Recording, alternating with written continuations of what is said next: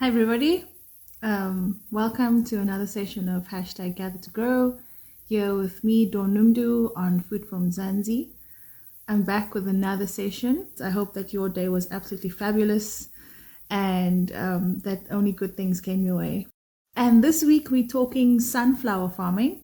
We have actually covered it before on Gather to Grow, but I thought that seeing that it's spring and summer and it would be great. Nkosana, thank you so much for joining me. How are you? I'm great. How are you? How are you? I'm doing well, thank you. Thank you so much for joining us. Maybe you can just start by telling us who you are, what you do in agriculture, and more just about you and your journey within the space. I'm a farmer. I've been in the agricultural space since 2010. My first love was dairy farming, and from dairy farming, I've evolved into crop. Basically, a crop farmer right now. We do mixed crop. That's your soya beans, your sunflower, as well as your wheat, barley, and small white beans. We planted small white beans last year for the first time. So I'm an all-round crop farmer. You know, I have mad respect for people in the dairy industry. Kind of took out a huge challenge to start out with in agriculture. Tiny, are you with us? Tiny, like more about you, where you started in agriculture, a little bit about your journey as a start. Thanks. My journey started in 2014. Actually, I started my career as an internal auditor. I then ventured into farming in 2014 to date. Yes, I'm farming with grain, mainly sunflower, maize, and soybean. It has been a lovely and tough journey, but I'm enjoying it. I'm into livestock, both Mara cattle. Thank you so much for sharing that. I think Farmer Happy, are you with us? Yes, I'm with you. Can I just have you do a short introduction for those that might not know you, a bit about your journey within agriculture. Farmer Happy, maybe you can tell us a bit about your journey in agriculture. You've been featured on Food from Zanzi, which is amazing. But for those that might not know you, tell us a bit about you. Okay, my name is Happy Letitsa. I'm a farmer in Welcome in the Free State. I started in 2016. I'm farming about 300 hectares of land, but I'm also leasing about 200 sorry in total. I'm farming on sunflower. I heard a little bit of your journey. Yeah, sometimes when the network is not great, it kind of cuts out a bit, but I guess we all forgive each other for that. I'm going through load shedding. Nkosana is going through load shedding at the moment, so please forgive us if that's an issue. Okay, let's start with the first question. I have a bunch of questions here for our guests. We'll start with a bit of an overview first, kind of getting into the industry. But I don't know if Nkosana, if you can answer this kind of first question, talk about the status of sunflower production in South Africa, you know, in terms of the land area and yield. Where are we compared to the rest of Africa, globally? Where do we stand? I can only speak for Northwest Province because I am also the chairperson for the grain commodity in Northwest Province and Abasa Northwest. Sunflower within the Northwest Province is an amazing crop. It's a crop of choice. I mean, we all know the Northwest Province is slightly drier compared to other provinces. So when we talk about sunflower, we're talking about, I don't want to say drought resistance, but it's stronger than your average crop when it comes to dry conditions. So those who have large communal lands without irrigation, they usually plant sunflower within our province, and they get decent yields. Sometimes the rains are too much, sometimes it's dry, but we consistently plant sunflower within the Northwest Province.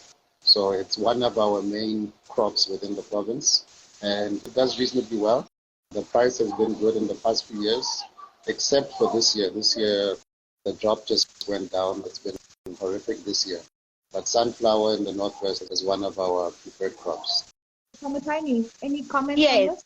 Yes, I think the average under sunflower cultivation in South Africa since 2019 until 2021 is 552,000 hectares with an average production of 715,000 tons over this period in South Africa since 2009 till 2021.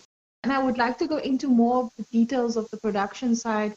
So just like broader perspective, in terms of the status of sunflower production in South Africa, I think Farmer Tiny gave us some context in terms of yield, total land area coverage, but I just wanted to kind of get some information around sunflower production and how we compare that with other oilseed crops in terms of economic importance within the country. Okay, so sunflower production is one of our main oilseeds that is produced, as one of the farmers mentioned earlier.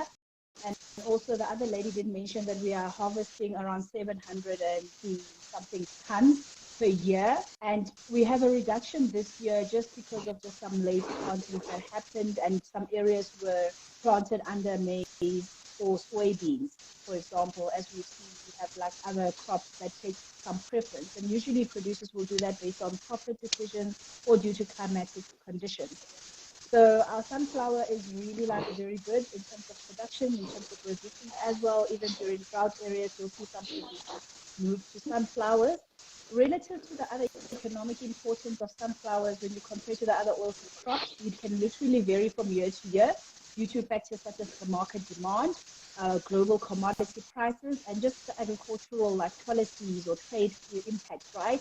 The first one that would mainly compete with when it comes to land area usage would be your maize, like corn, because it is the most widely grown and economically important crop in South Africa. It is primarily cultivated for food as well as for animal feed, and it plays a pivotal role in the production of maize oil, which is also a vegetable oil. And generally, maize plantings outweigh sunflower production in terms of just economic significance when we're looking at our agricultural GDP. The other one would be soybeans. So soybeans have quite gained prominence in South Africa. As I've mentioned, we are expecting our record crop this year.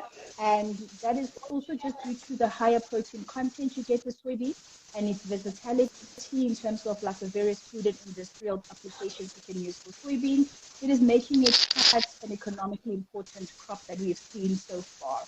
And then comes your sunflower, which is like the third most important. Thereafter, you'll find your canola. You know, due to the health benefits now, it's been, there's a bit of more prominence in growing canola. And then you have your groundnut, your peanuts. We've been seeing production not really like changing much. It's fairly where it's been for the past 5 years. But it's also noteworthy to mention that some people will actually grow groundnut as for oil extraction and also as a protein source for various food products. So in terms of economic importance, sunflower very much top 3, very high up there, contributing significantly to our GDP. It's not a massive export crop as you would like see with your maize and the sunflower and the soybeans that are starting to pick up now. I mean, we usually just export some of our sunflowers to our SADC region, mainly Eswatini. We'll see it a bit in Namibia, sometimes in Uganda, and also in Zimbabwe. But it's mainly for the SADC region. Someone there is moving. But yeah, so that's Tiny, is it Farmer Tiny? Are you still Hi. Can you get? Maybe if you could just mute your microphone because it's a bit of interruption while Kansai speaking. Okay, sorry. Thanks, ma'am. Thank you, Tiny. But yeah, in general, that is it, Dawn, in terms of just how it compares to the other oil seeds and where it fits in terms of an export crop. Yeah. No, thanks so much. Yeah, if anyone has questions based on the topic, please put it up there in the comment section. You can also just comment as you step in. Maybe you're producing this crop already.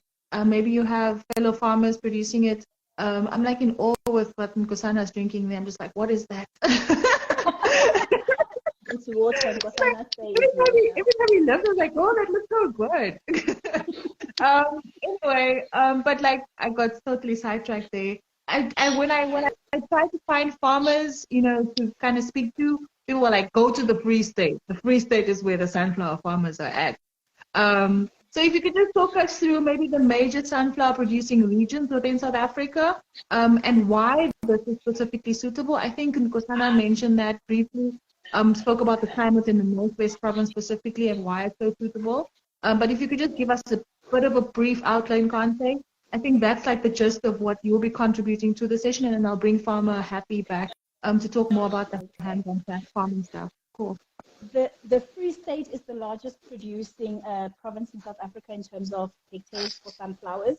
They produce around 290,000 hectares, and it is well suited for sunflower due to like relatively their fertile soils. We're looking at the favorable climate during warm summers, sufficient rainfall during the summer rainfall region, and the province has quite a high altitude areas, which provides suitable conditions for sunflower production. That's why you'll find a lot of the production is mainly in the Free State. And then the second largest one is in the Northwest, as Farmer has mentioned. So they do about 155,000 hectares in that area. And also it is semi-arid climate with summer rainfall, very suitable for sunflower production.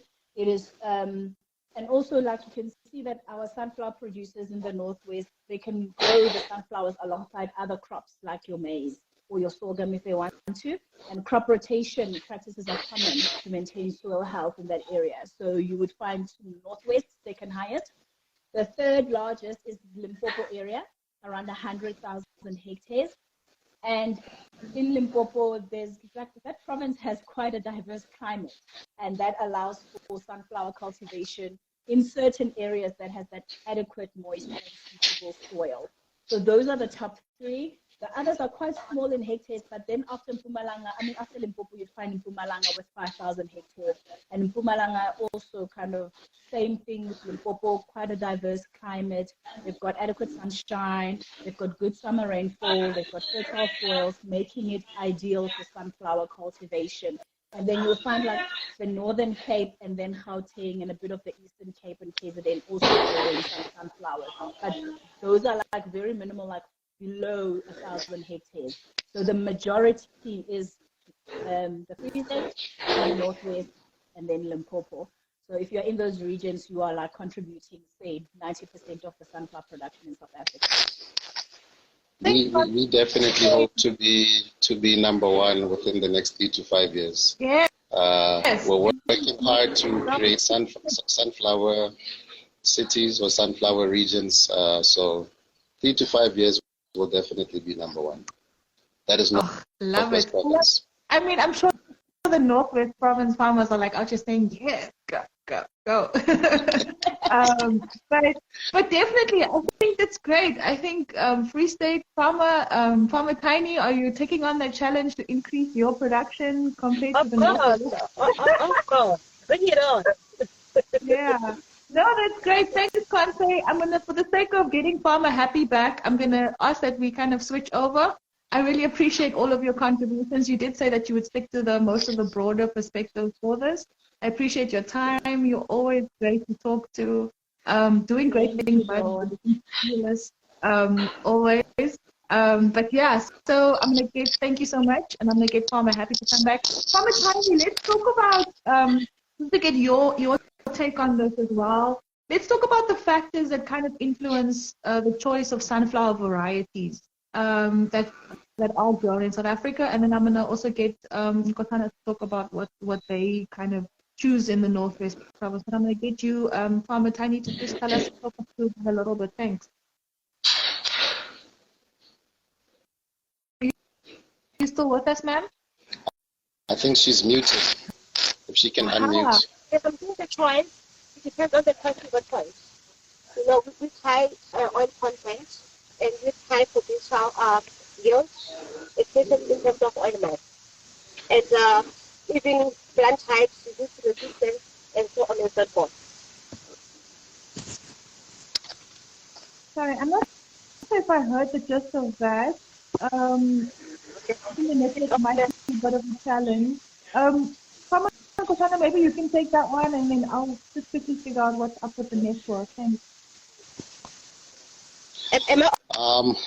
Basically,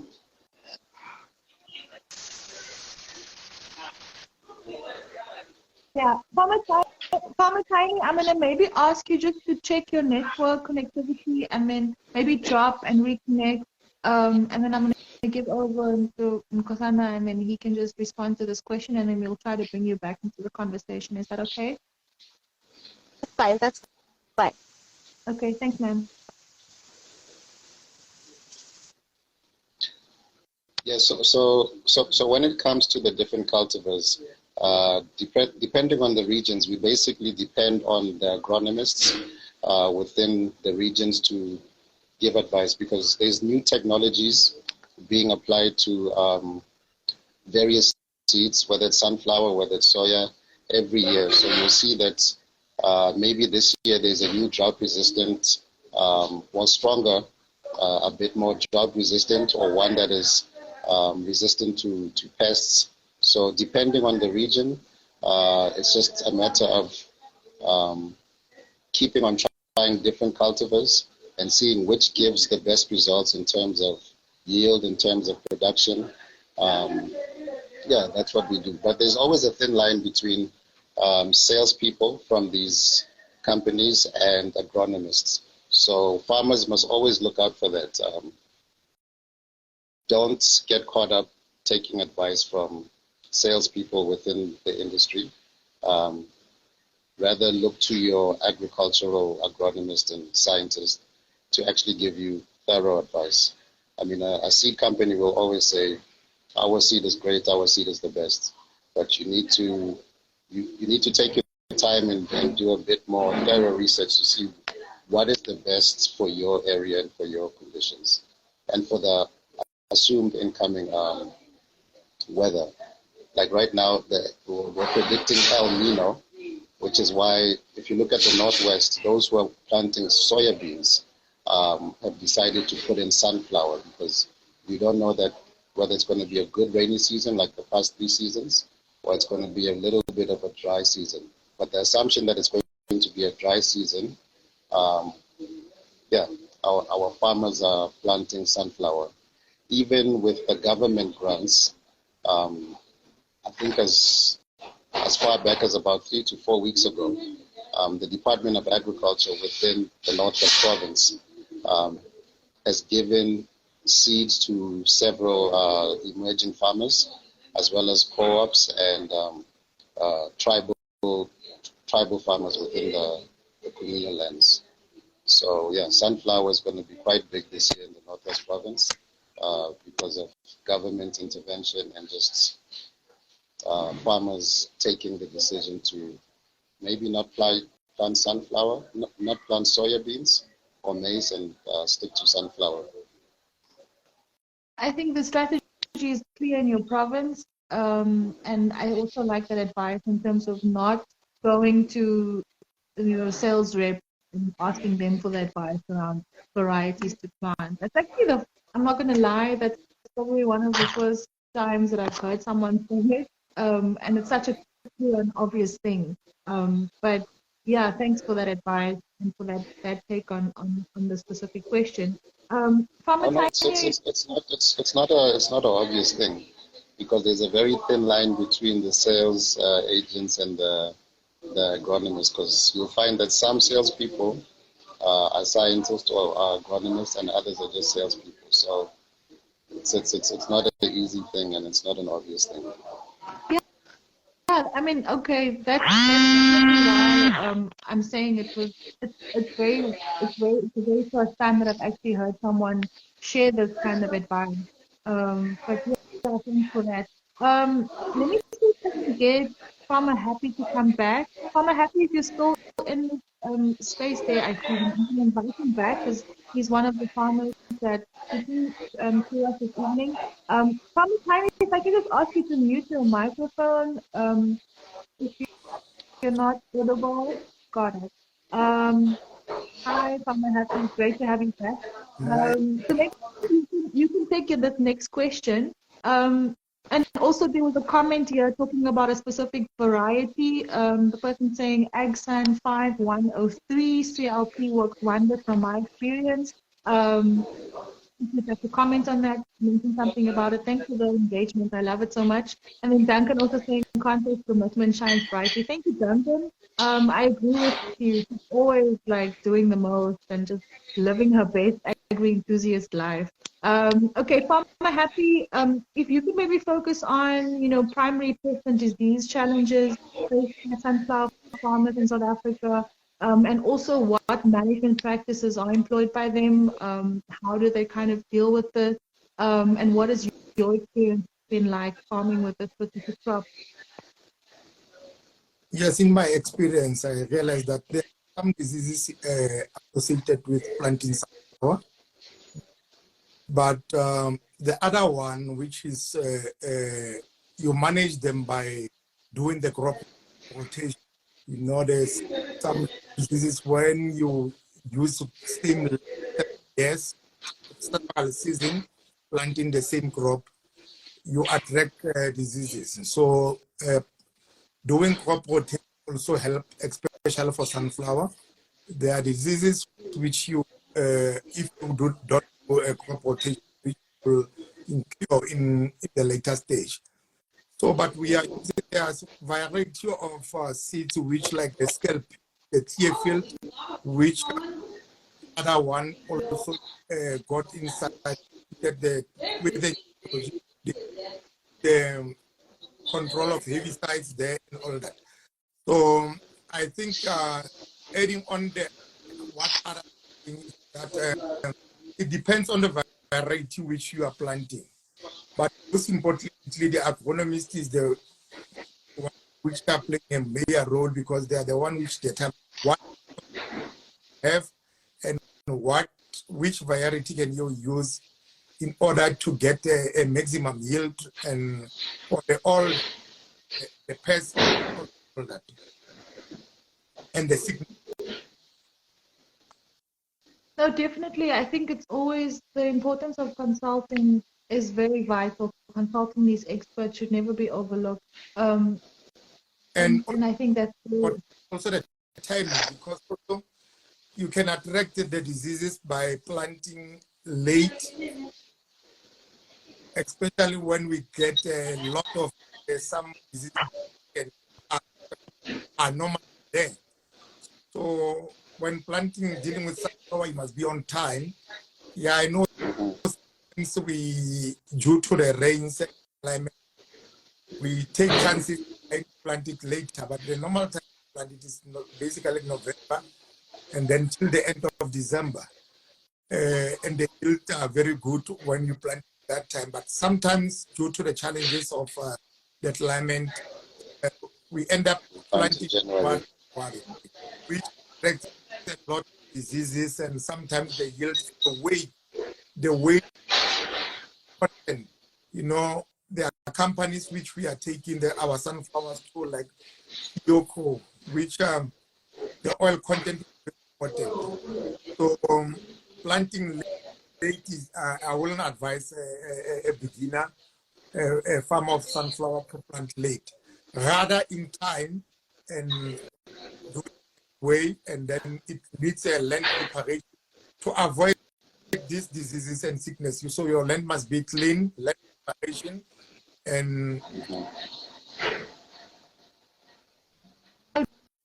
definitely, I think, yeah, and Kosana was agreeing in terms of the planting timelines there and just the importance of that and how that kind of impacts, you know, pest and pest management over time. Has this been your experience as well, Kosana? No, it's very important. I mean, it's the difference between profit and loss in some instances. So farmers must always be ready, must always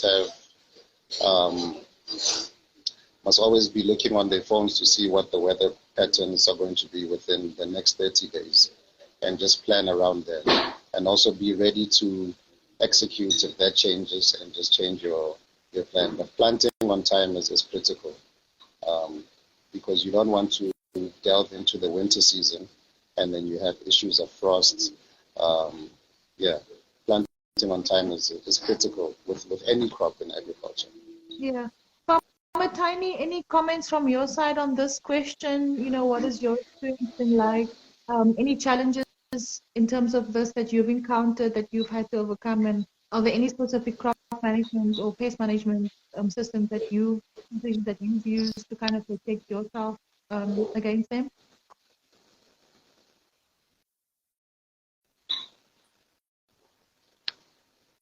Is Farmer Tiny still with us? Okay. Not sure if I can see you. I can't see you on my side for some reason. Are you still here, Matt?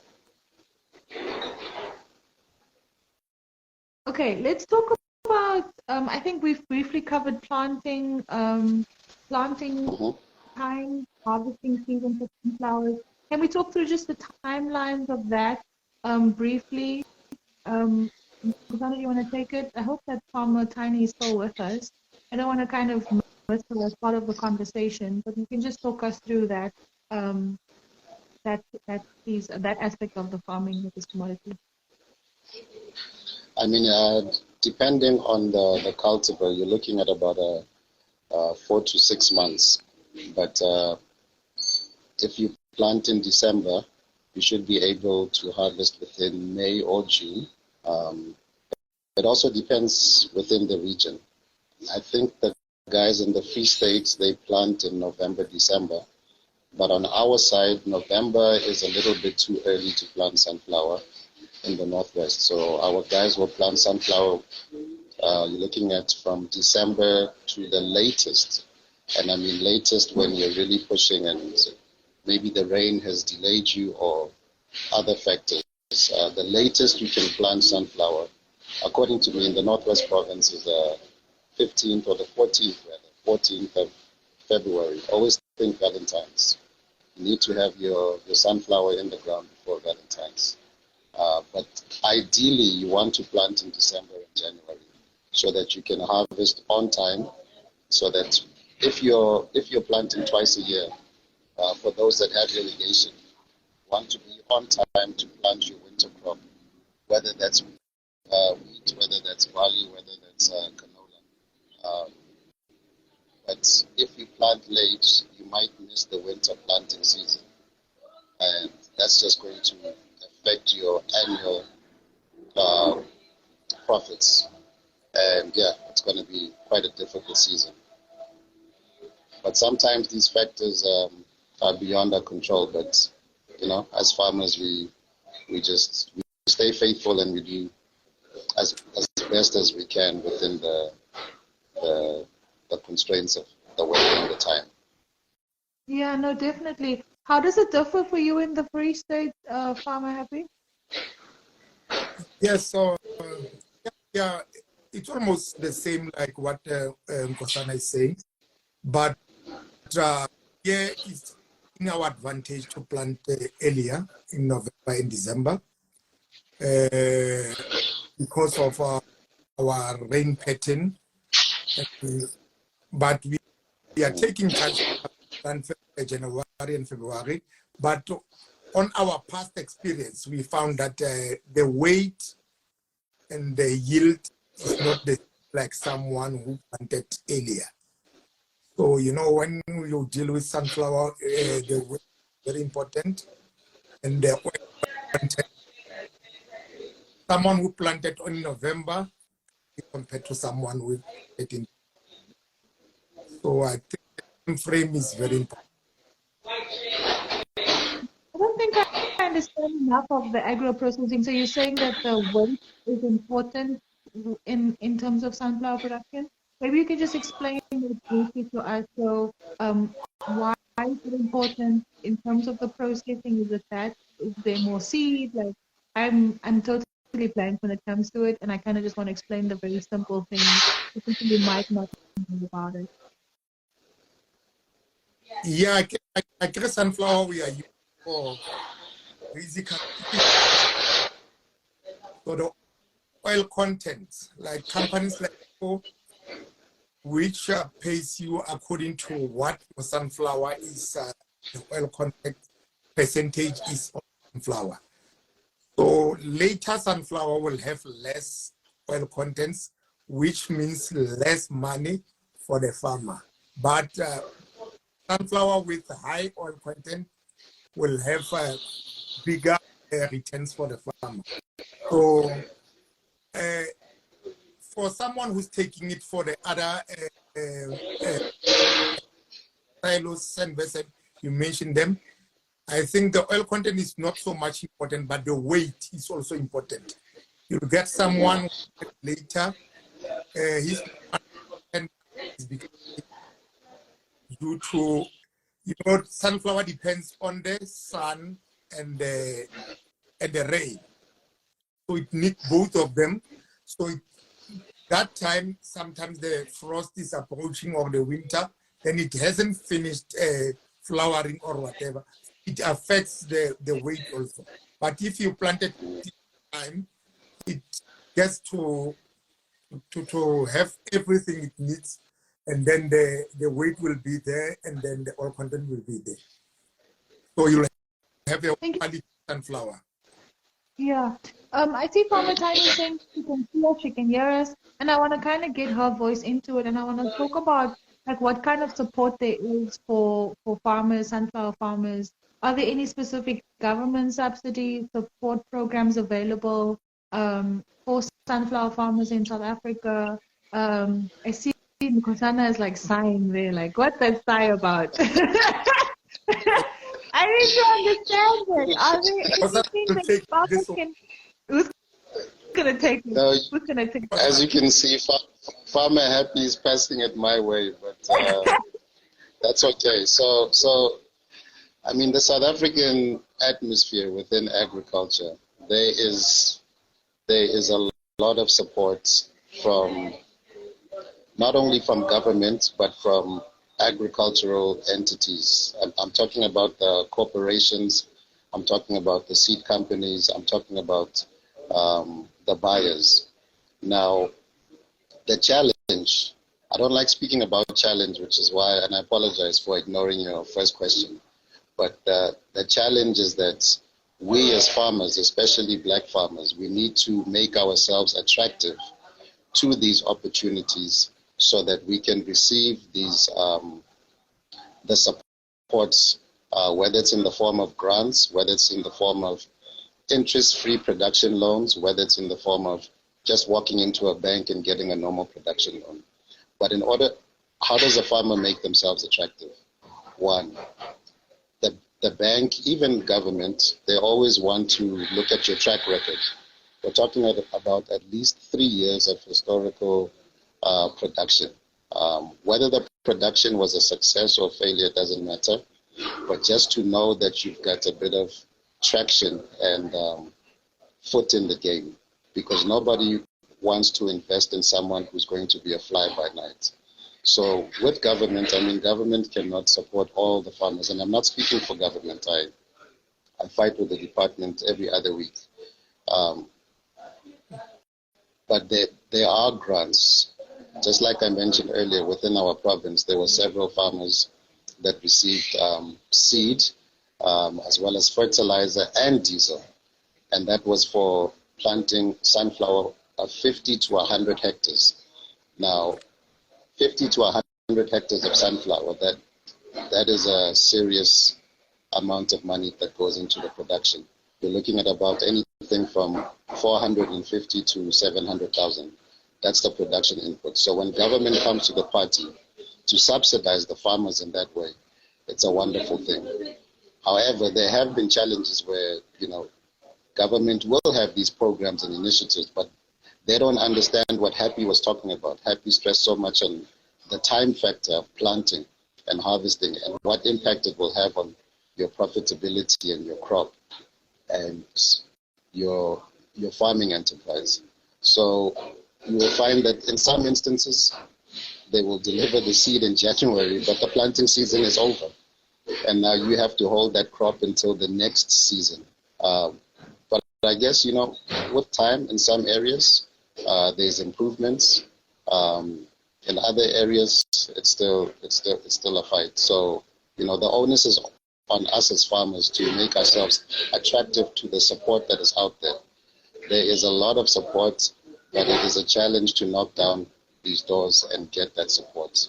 It's not easy. It requires patience. It requires heart. And you need a big black boot to knock down those doors, to kick down those doors. But there is a lot of support. I can't lie.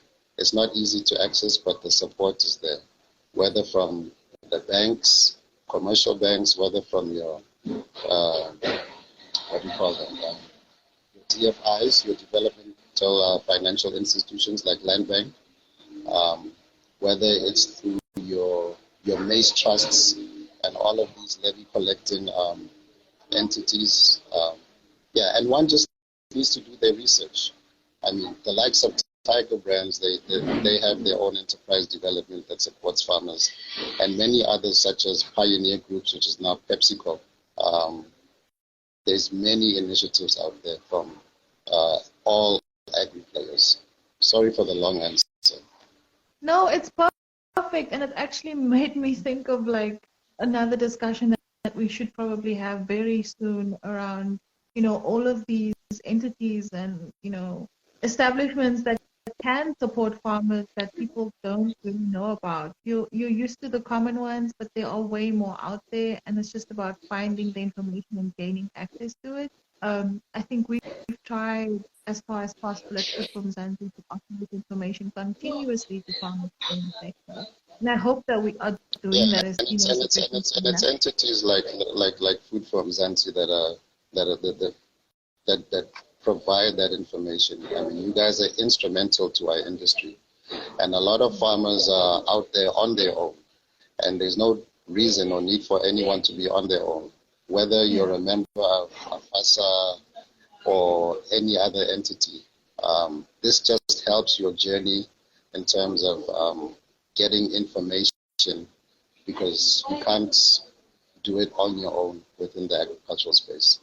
I'm not saying form co-ops or anything, but just be in spaces where that information is readily available, because there's a lot of information out there. Yeah. There's a lot of opportunities that come and go that have opening and closing windows.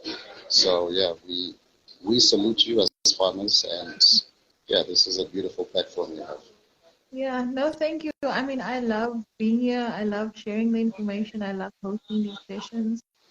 We only have a few minutes left. For sure, please, Farmer Tiny, contribute. I don't know if I put my network. I can't see you for some reason, but I'd love for you to share your input. Farmer Tiny, what is your take on this question, and also just generally your inputs around funding that's available, support that's available, that you've been able to tap into, and advice that you'd like to share?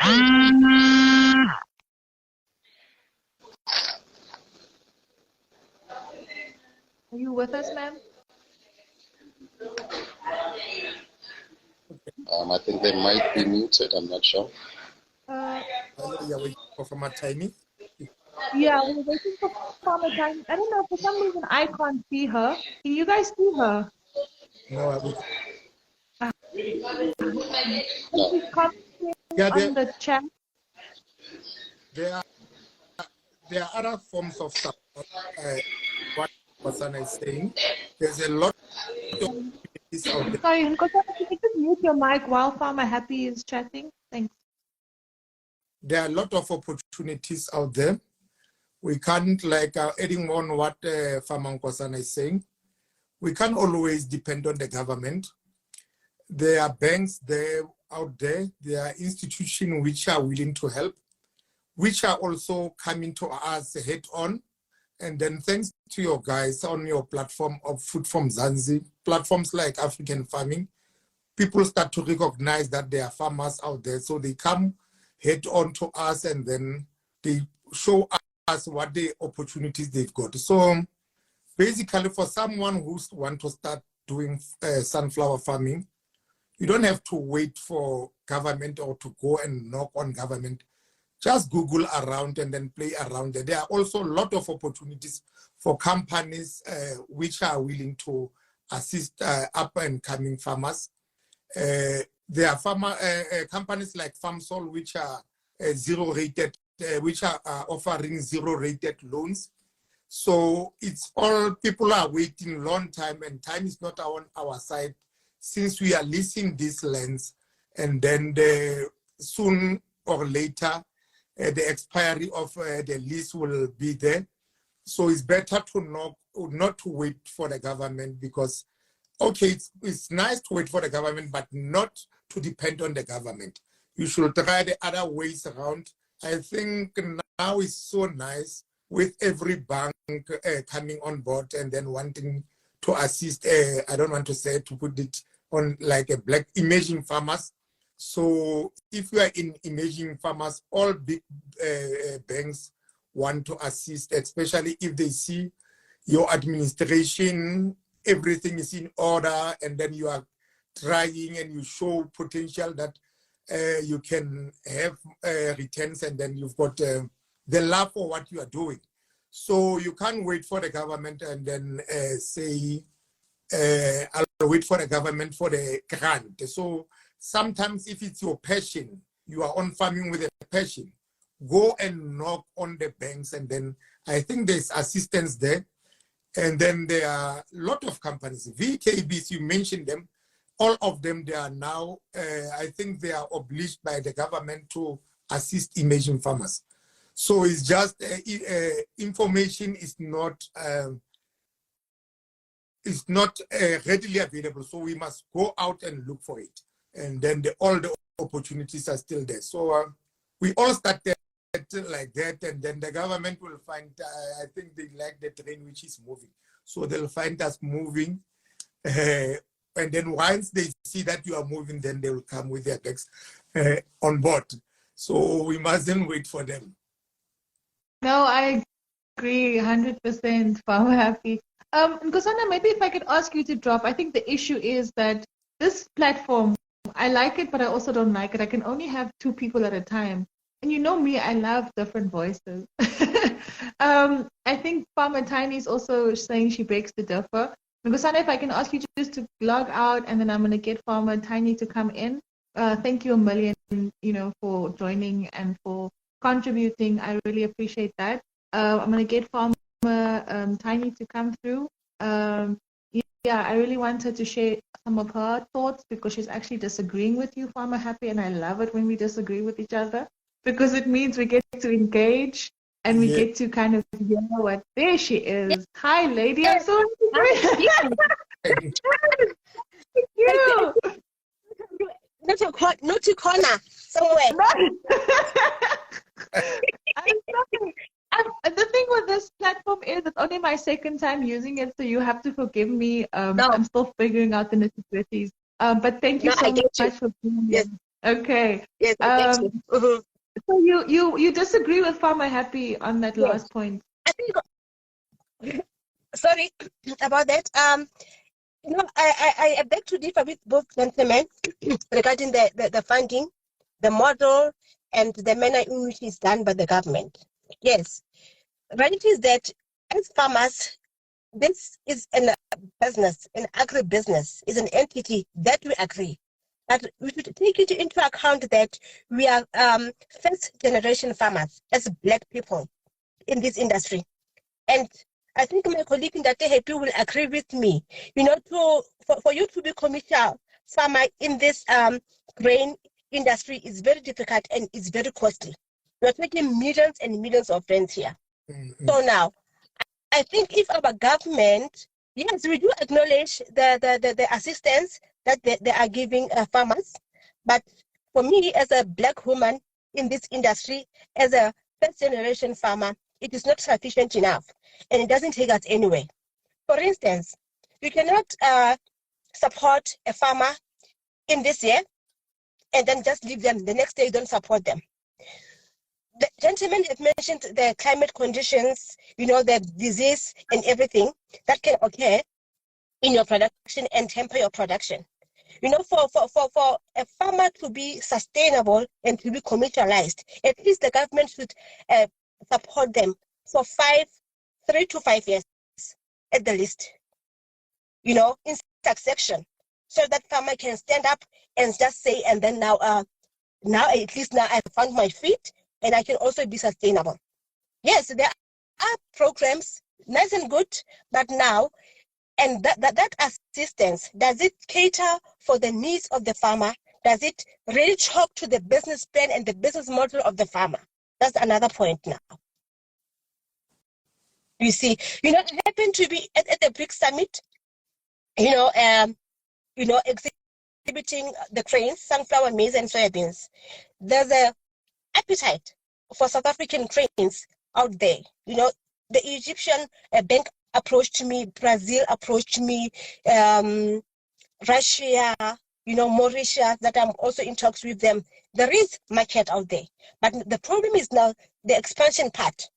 If I want to expand and service those markets, which support am I going to receive as a Black farmer first-generation farmers in South Africa who want to tap into global markets, because now we are at that stage.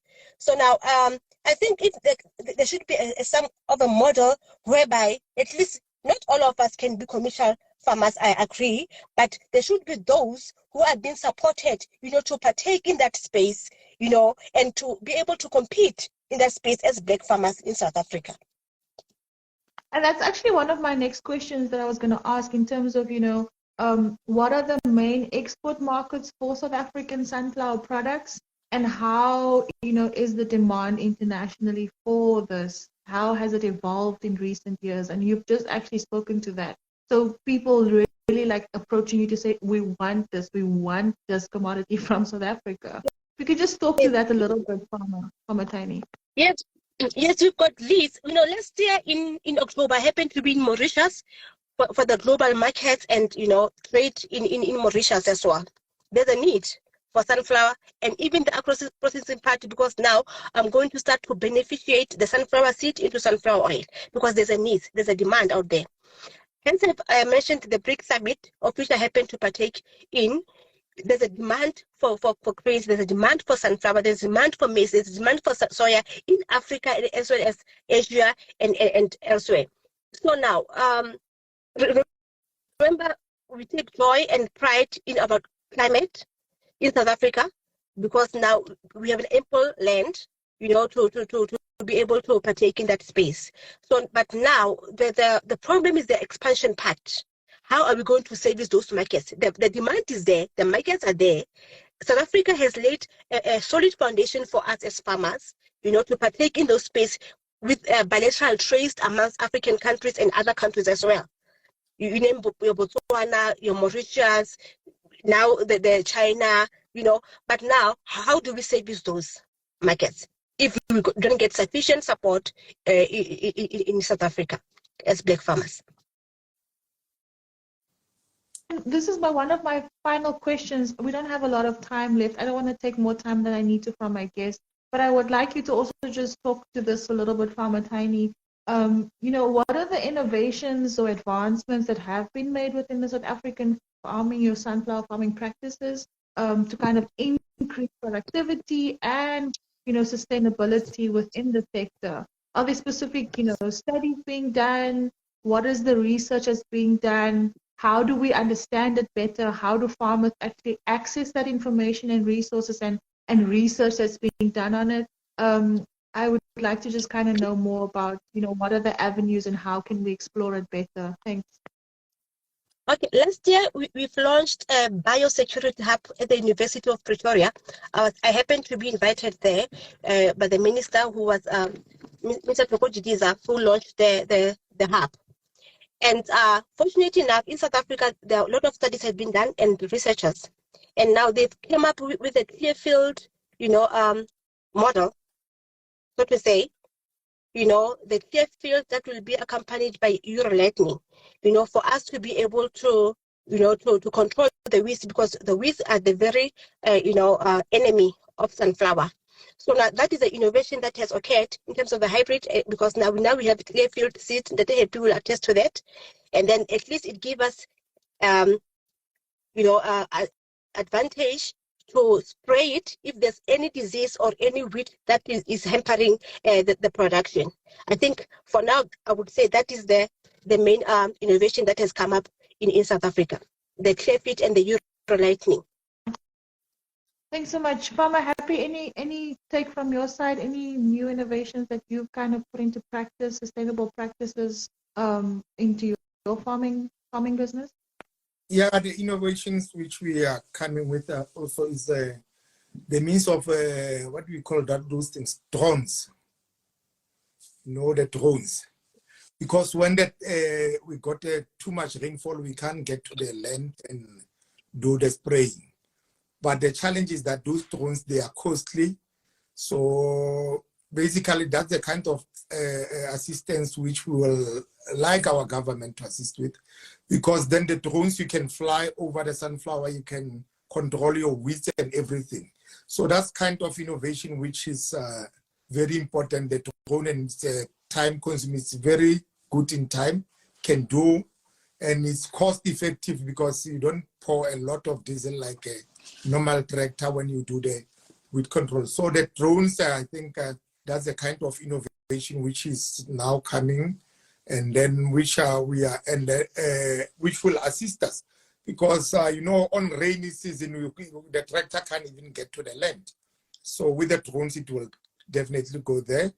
And then innovations like precisions and then computers to check where is the most high area which you can get a good area where you can get a good yield. So that's the innovations which are now on which we are using now. Definitely. Yeah, sorry, you can go for ahead. Just to come in there, the thing you just mentioned drones. When I was at BRICS, the Russian company approached me. They come up with that innovation, the drone innovation. We are in talks with them, and hopefully that it will assist farmers in South Africa, but in taking into consideration the cost effect, the cost element of it as well. But we are in talks with them. Hopefully, then we'll agree and have consensus in terms of how are we going to roll it, and so that it can help farmers in South Africa because they are very much needed. I just wanted to add on that one. No, thanks. I think it's great. I think that we've covered so many aspects of this specific commodity. I think there's so much more than we can possibly talk about. We haven't really spoken about the agro processing part, how to kind of turn this crop into oil, and I would love to do that. I would love to invite you back for that. I'm going to ask that you just share last and final comments.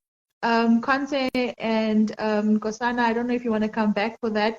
I think in the interest of time, I'll just say thank you to you both for being here and for contributing. But for now, I'm just going to get the two farmers that's with me just to share last and final comments. Anything that you'd like to share generally about the specific commodity, and any advice that you'd like to share with people who want to get into it, and more so who's in it but would like to kind of expand or improve on their production. Pansa is also just saying drone applications works, still needed. Efficacy of pest management could be impacted due to drift. Approach with caution. Okay, so she's just saying that you need to be a little bit cautious about that use of that specific technology and innovation within the agricultural space. Thanks so much for that, Panse. I'm going to see how, I don't know how Instagram will allow me to have more people, but we'll maybe have to do 30 minutes with two guests and 30 minutes because me, I love lots of voices. But just like last comments from your side, please, farmers. I've really loved this session. I'm going to start with Farmer Happy, and then I'll move over to Farmer Tiny. Thanks, sir. Okay, thank you, Dawn, for the opportunity to be here. And then lastly, I will just say to the upcoming farmers and any farmer who are interested in planting sunflower, it's a very good commodity to plant, and then there's a lot of potential and returns. And then definitely we are also a business after all as farmers. So investing in sunflower is definitely a good line to go to. So I think it's also cost effective. It's not like planting a maize. Maize is expensive to be planted than sunflower. So I think for starters, I'll say no, go for it, and then just try to get the agronomist and do your things rightly, do your soil samplings, do your everything, do the steps, don't jump to the other steps, and then all the best. And then I think the yield will be good, and then let's do this. Thank you. No, definitely. And Farmer Nkosana actually agrees with you there. He says farmers must apply themselves and aim high. Aim high. Yes. The big hope in South African farming. I love that. We should be aiming high. And I think, Farmer Tiny, you're aiming very high. I love your spirit. I just love your energy. Your last and final words, ma'am. Thank you so much for this platform. It's very important. We're much needed. And I think people or even aspiring farmers should take farm as a business. is an agribusiness, and there's a lot of potential and development that can be done, through sunflower production as well. And as I've mentioned, there are markets out there. They are ready to take. We've got offtakes already, but now we also need more feeder farmers for the bigger spectrum of things. And yeah, farming is a good journey. Yes, there are a lot of challenges, but it's very profitable when done right at the correct time. Then you'll never fail. Thank you so much. Kwanse also just saying this is such an insightful talk. Loved hearing from all the farmers. Whoop, whoop to the farmers. On the ground, making it work. She loves the advice. So yeah, so much passion. Yeah, and just more support will kind of aid that. So thank you so much for your contributions tonight. Thank you to everyone. Thank you to everyone who listened, who joined the session. Looking forward to being back with you again very soon. And you just look out on Food from Mzansi socials for our next topic and what we'll be focusing on. Bye for now, everybody.